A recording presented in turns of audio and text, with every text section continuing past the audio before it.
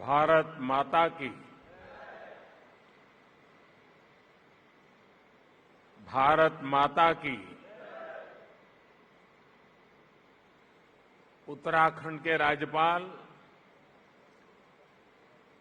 Lieutenant general सेवानिवृत्त गुरमीत सिंह जी, युवा, ऊर्जावान और उत्साही मुख्यमंत्री मेरे मित्र श्री पुष्कर सिंह धामी जी, केंद्रीय मंत्रिमंडल के मेरे सहयोगी श्री मनसुख मांडविया जी, श्री अजय भट्ट जी, उत्तराखंड विधानसभा के स्पीकर श्री प्रेमचंद अग्रवाल जी, उत्तराखंड सरकार में मंत्री और आज उनका जन्मदिन भी है डॉक्टर धन सिंह रावत जी, उनको जन्मदिन की बहुत बहुत बधाई। देश के अनेक स्थानों से जुड़े राज्यों के मुख्यमंत्रीगण, लेफ्टिनेंट गवर्नर्स, राज्यों के अन्य मंत्रीगण, सांसद और विधायकगण और मेरे प्यारे भाइयों और बहनों, ये देवभूमि ऋषियों की तपोस्थली रही है। योग नगरी के रूप में ये विश्व के लोगों को आकर्षित करती रही है। मां गंगा के समीप हम सभी को उनका आशीर्वाद मिल रहा है। आज से नवरात्र का पावन पर्व भी शुरू हो रहा है। आज प्रथम दिन मां शैलपुत्री की पूजा होती है।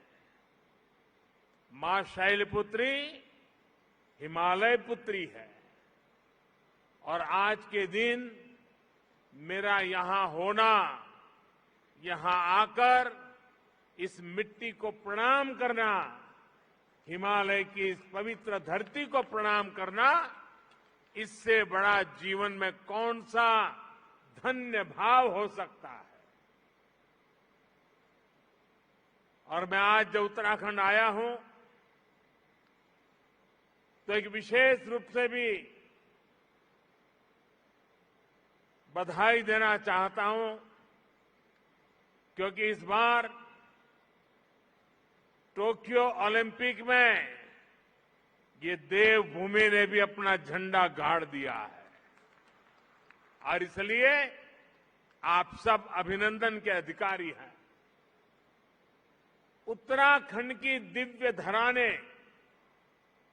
मुझ जैसे अनेक लोगों के जीवन की धारा को बदलने में बड़ी भूमिका निभाई है। ये भूमि इसलिए मेरे लिए महत्वपूर्ण है, इस भूमि से मेरा नाता मर्म का भी है, कर्म का भी है,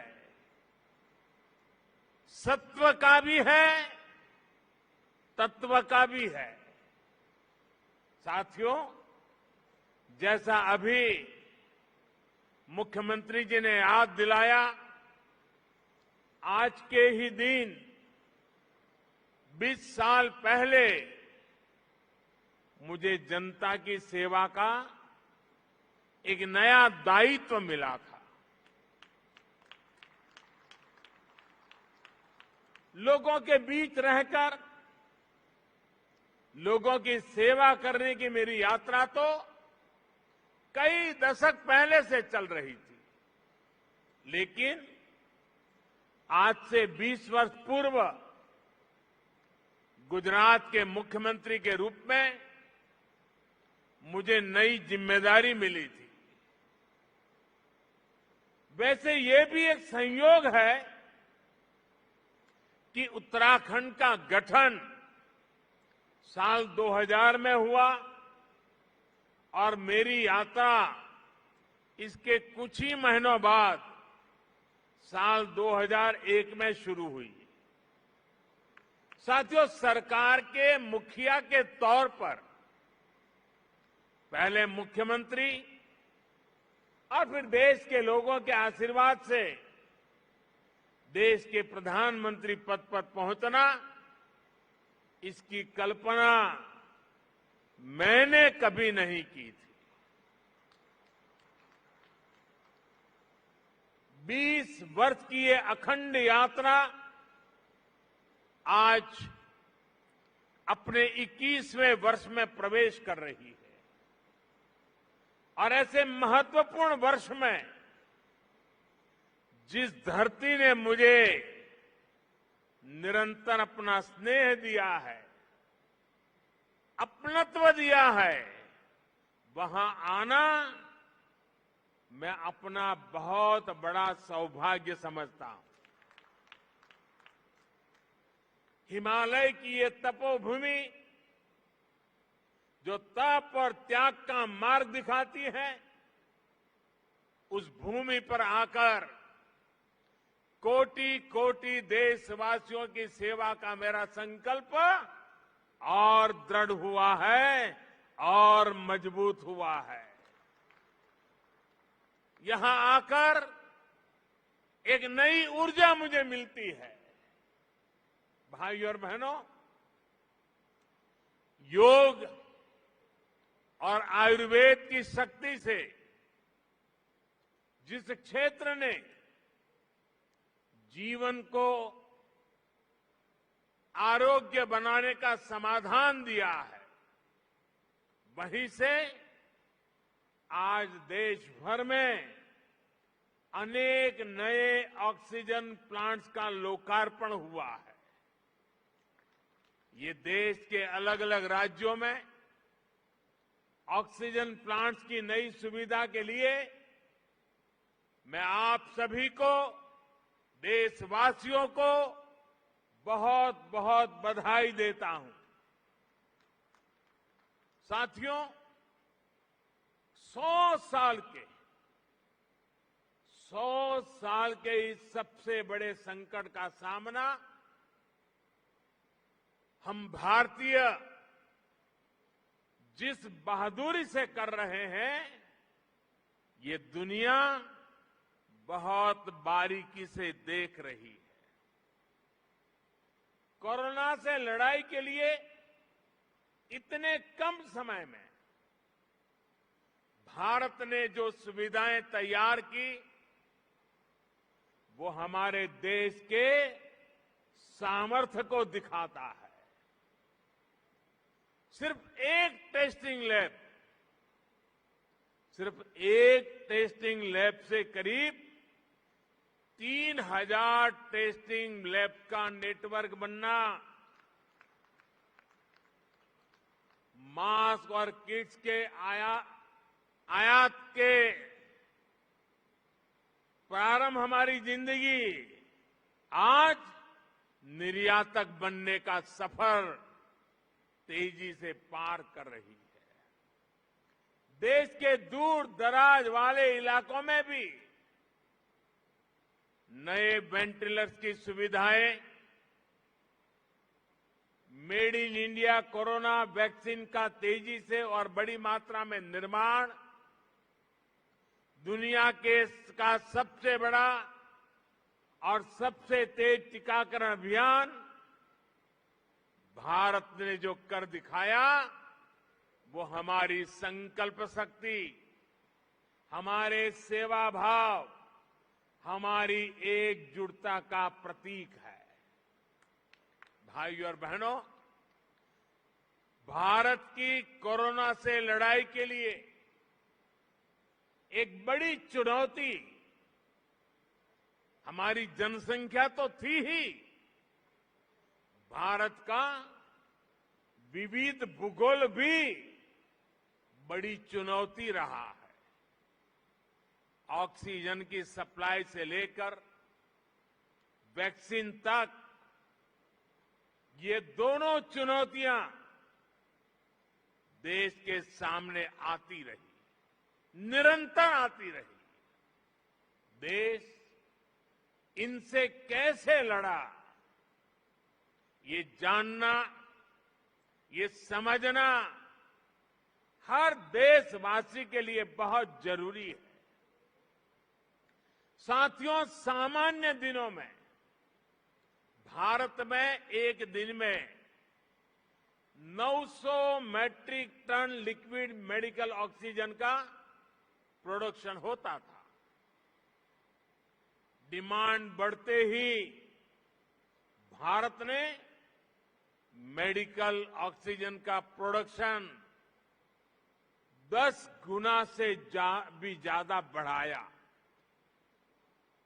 ये दुनिया के किसी भी देश के लिए अकल्पनीय लक्ष्य था, लेकिन भारत ने इसे हासिल करके दिखाया।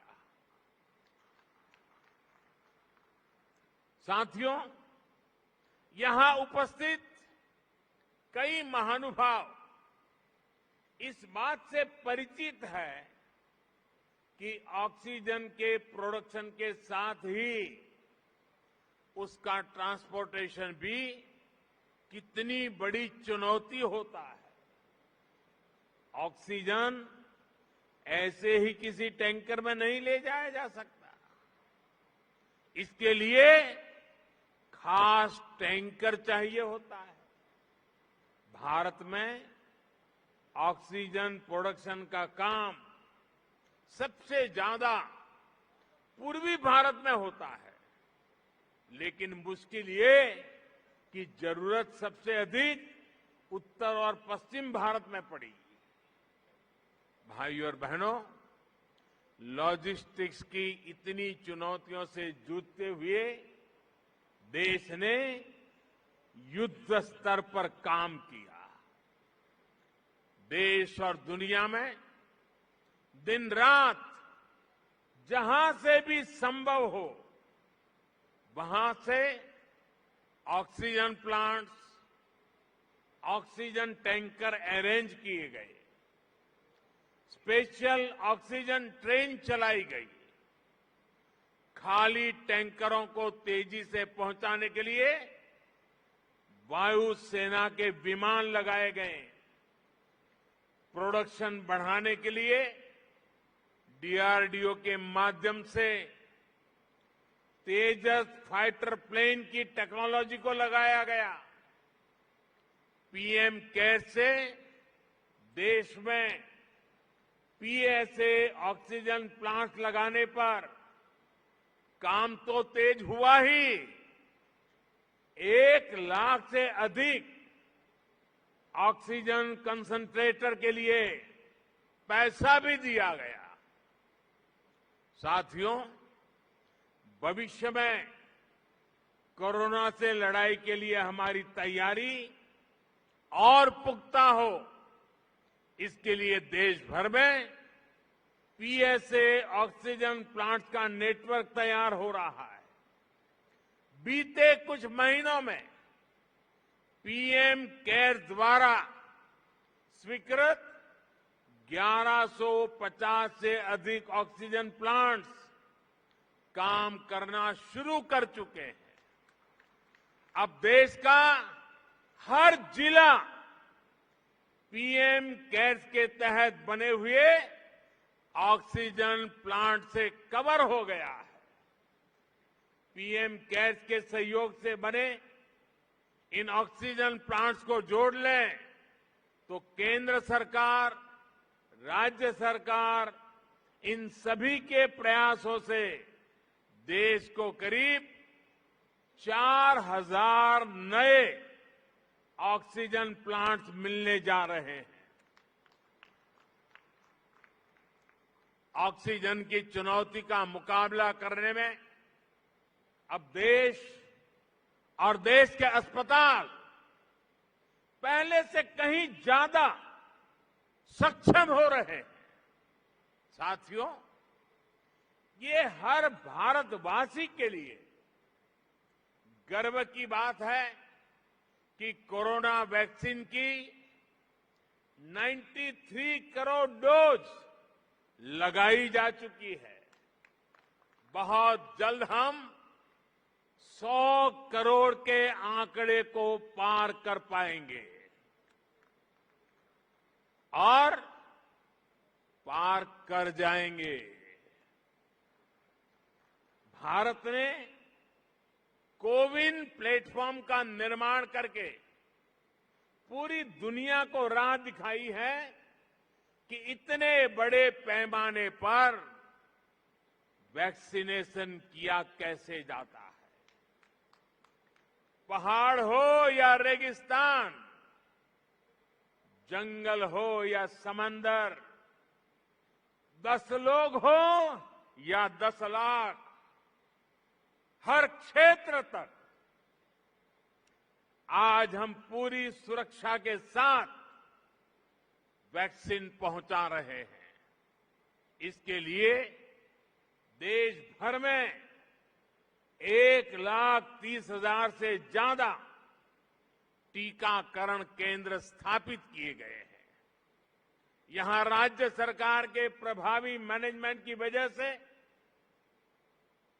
उत्तराखंड भी बहुत जल्द 100% पहली डोज का पड़ाव पूरा करने वाला है और इसके लिए मुख्यमंत्री जी को, उनकी पूरी टीम को, यहां के हर छोटे मोटे सरकार के साथियों को मैं हृदय से बहुत बहुत बधाई देता हूं।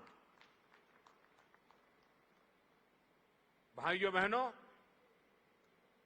जहां तराई जैसी समतल भूमि है, वहां शायद इन कामों में सरलता रहती है। मैं इस धरती से बहुत जुड़ा रहा हूं। यहां वैक्सीन पहुंचाना भी कितना कठिन होता है। हिमालय के पहाड़ों के उस पार पहुंच करके लोगों के पास जाना कितना कठिन होता है, ये हम भली भांति जानते हैं। उसके बावजूद भी इतनी बड़ी सिद्धि प्राप्त करना वाकई आप सब अभिनंदन के अधिकारी हैं। भाइयों और बहनों, 21वीं सदी का भारत जनता की अपेक्षाओं, जनता की आवश्यकताओं का पूर्ण समाधान करते हुए ही आगे बढ़ेगा। आज सरकार इस बात का इंतजार नहीं करती कि नागरिक उसके पास अपनी समस्याएं लेकर आएगा तब कोई कदम उठाएंगे। सरकारी माइंडसेट और सिस्टम से इस भ्रांति को हम बाहर निकाल रहे हैं। अब सरकार नागरिक के पास जाती है।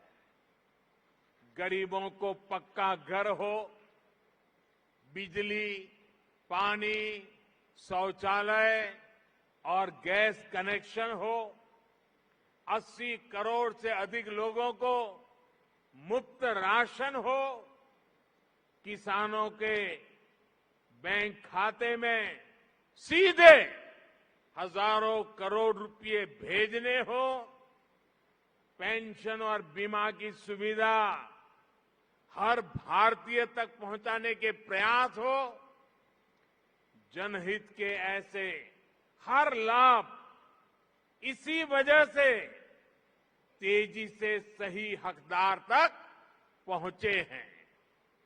साथियों, स्वास्थ्य के क्षेत्र में भी भारत इसी अप्रोच से आगे बढ़ रहा है। इससे गरीब और मध्यम वर्ग की बचत भी हो रही है और उसे सुविधा भी मिल रही है। पहले जब किसी को गंभीर बीमारी होती थी तो वो आर्थिक मदद के लिए यहां वहां नेताओं या फिर सरकारी दफ्तरों के चक्कर काटता था। आयुष्मान भारत ने इस परेशानी को हमेशा के लिए खत्म कर दिया है। अस्पताल के बाहर लंबी लाइनों, इलाज में होने वाली देरी, मेडिकल हिस्ट्री का अभाव, इस वजह से कितने ही लोग परेशान होते रहे। अब आयुष्मान भारत डिजिटल मिशन, इससे पहली बार इसका समाधान करने का प्रयास भी शुरू हुआ है। साथियों, छोटे छोटे उपचार के लिए बीमारी के दौरान रूटीन चेकअप के लिए बार बार आना जाना कितना मुश्किल होता है, ये उत्तराखंड के लोगों से बेहतर कौन समझ सकता है। लोगों की इस मुश्किल को दूर करने के लिए अब ई संजीवनी ऐप की सुविधा दी गई है। इससे गांव में अपने घर पर बैठे बैठे मरीज शहरों के अस्पतालों में डॉक्टर से कंसल्टेशन ले रहे हैं। इसका लाभ अब उत्तराखंड के लोगों ने भी उठाना शुरू किया है। भाई और बहनों, स्वास्थ्य सुविधाएं सभी तक पहुंचाने के लिए लास्ट माइल डिलीवरी से जुड़ा एक सशक्त हेल्थ इंफ्रास्ट्रक्चर भी बहुत जरूरी होता है। 6-7 पहले तक सिर्फ कुछ राज्यों तक ही एम्स की सुविधा थी। आज हर राज्य तक एम्स पहुंचाने के लिए काम हो रहा है।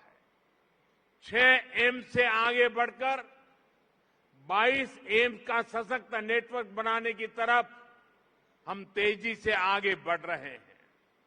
सरकार का ये भी लक्ष्य है कि देश के हर जिले में कम से कम एक मेडिकल कॉलेज जरूर हो।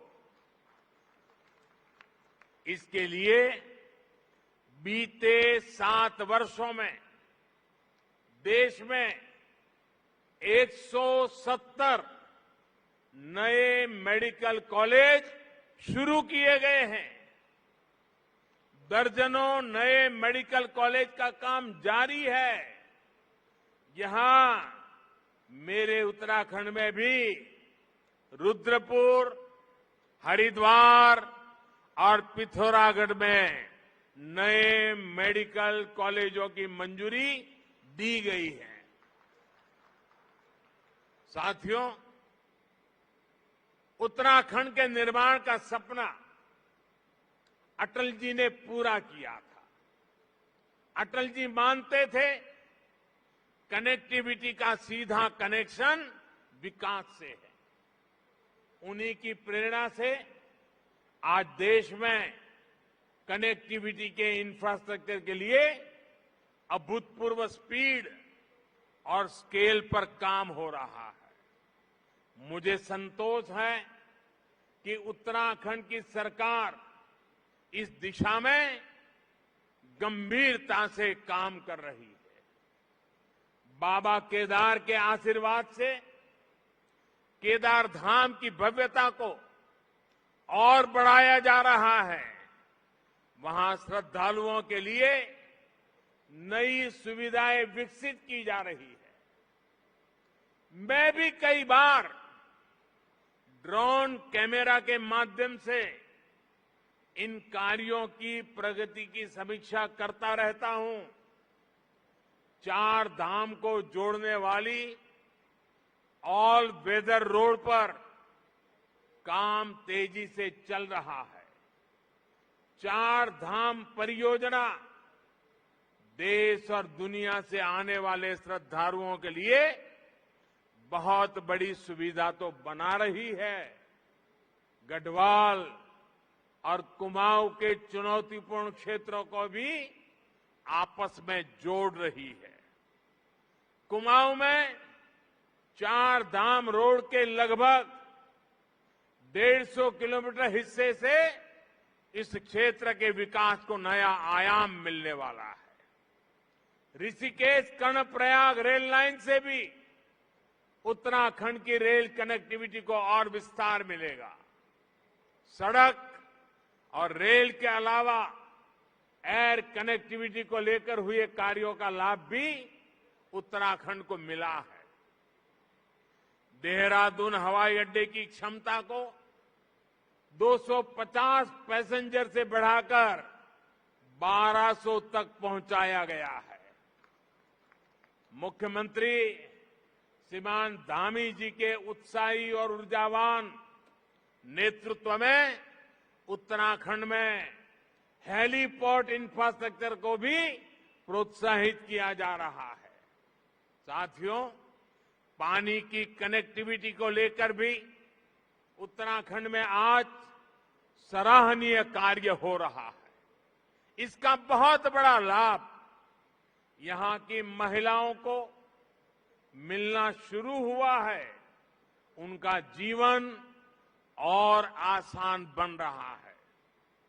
2019 में जल जीवन मिशन शुरू होने से पहले उत्तराखंड के सिर्फ 1,30,000 घरों में ही नल से जल पहुंचता था। 1,30,000 घरों में।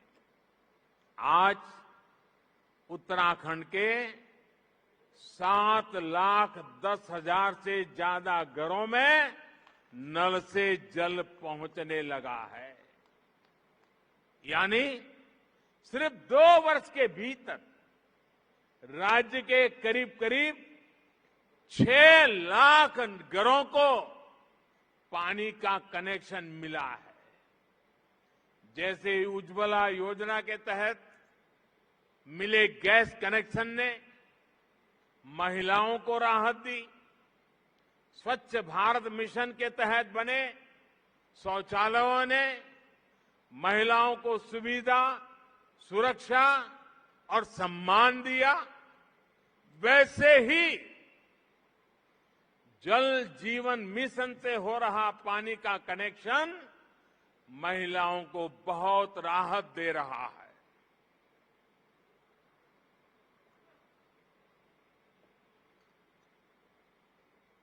साथियों, उत्तराखंड की देश की सुरक्षा में बहुत बड़ी भूमिका है। यहां का वीर नौजवान, वीर बेटियां भारतीय सुरक्षा बलों की आन बान और शान है। हमारी सरकार हर फौजी, हर पूर्व फौजी के हितों को लेकर भी पूरी गंभीरता से काम कर रही है। ये हमारी ही सरकार है जिसने 1 रैंक 1 पेंशन को लागू करके अपनी फौजी भाइयों की 40 साल पुरानी मांग पूरी की। और हमारे धामी जी तो खुद ही फौजी के बेटे हैं। वो बता भी रहे थे कि 1 रैंक 1 पेंशन, इस फैसले ने फौजियों को कितनी बड़ी मदद की है। साथियों, ये हमारी ही सरकार है जिसने दिल्ली में नेशनल वॉर मेमोरियल बनाकर देश के वीर जवानों को श्रद्धांजलि अर्पित की है। ये हमारी ही सरकार है जिसने बैटल कैजुअलिटी वेलफेयर फंड का लाभ आर्मी के साथ साथ नौसेना और वायुसेना के शहीदों को भी सुनिश्चित किया है। ये हमारी ही सरकार है जिसने जेसीओ और अन्य रैंक की पदोन्नति को लेकर पिछले 4 दशकों से चला आ रहा मामला सुलझा दिया है। पूर्व सैनिकों को पेंशन से जुड़ी दिक्कतें ना आए, इसके लिए भी हम डिजिटल टेक्नोलॉजी का इस्तेमाल बढ़ा रहे हैं। साथियों, जब फौज के वीर जाबाजों के पास आधुनिक हथियार होते हैं, अपनी रक्षा के लिए आधुनिक उपकरण होते हैं तो वो उतनी ही आसानी से दुश्मन से मुकाबला कर पाते हैं। ऐसी जगहों पर जहां मौसम हमेशा खराब रहता है, वहां भी आधुनिक उपकरणों से उन्हें बहुत मदद मिलती है। हमारी सरकार ने रक्षा क्षेत्र में जो आत्मनिर्भरता का अभियान चलाया है, वो भी बहुत बड़ी मदद हमारे फौजी साथियों की करने वाला है। और निश्चित तौर पर सरकार के इन सभी प्रयासों का लाभ उत्तराखंड को होगा, यहां के लोगों को भी होगा। भाइयों और बहनों, हम दशकों की उपेक्षा से देवभूमि को निकालने का बहुत ईमानदारी से, पूरी गंभीरता से प्रयास कर रहे हैं। बेहतर इंफ्रास्ट्रक्चर बनने के बाद वीरान पड़े गांव फिर से आबाद होने लगे हैं। कोरोना काल में मेरी यहां के अनेक युवाओं से, किसानों से कई बार बातचीत हुई है। जब वो बताते हैं कि उनके घर सड़क पहुंच चुकी है, अब उन्होंने होम स्टे खोल दिया है, तो मन को बहुत संतुष्टि मिलती है। नए इंफ्रास्ट्रक्चर से कृषि, पर्यटन, तीर्थाटन और उद्योगों के लिए, युवाओं के लिए अनेक नए अवसर खुलने वाले हैं। साथियों, यहां उत्तराखंड में युवा ऊर्जा से भरपूर उत्साही टीम है। अगले कुछ वर्ष में उत्तराखंड अपने गठन के 25 वर्ष में प्रवेश करेगा। उत्तराखंड को बहुत निकट भविष्य में 25 वर्ष होने वाले हैं। तब उत्तराखंड जिस ऊंचाई पर होगा, ये तय करने, उसके लिए जुट जाने का यही समय है, सही समय है। केंद्र में जो सरकार है, वो उत्तराखंड की इस नई टीम को पूरी मदद दे रही है। केंद्र और राज्य सरकार के साझा प्रयास यहां के लोगों के सपनों को पूरा करने का बहुत बड़ा आधार है। विकास का यही डबल इंजन उत्तराखंड को नई बुलंदी देने वाला है। बाबा केदार की कृपा से हम हर संकल्प को सिद्ध करें, इसी कामना के साथ आप सभी को बहुत बहुत शुभकामनाएं। धन्यवाद।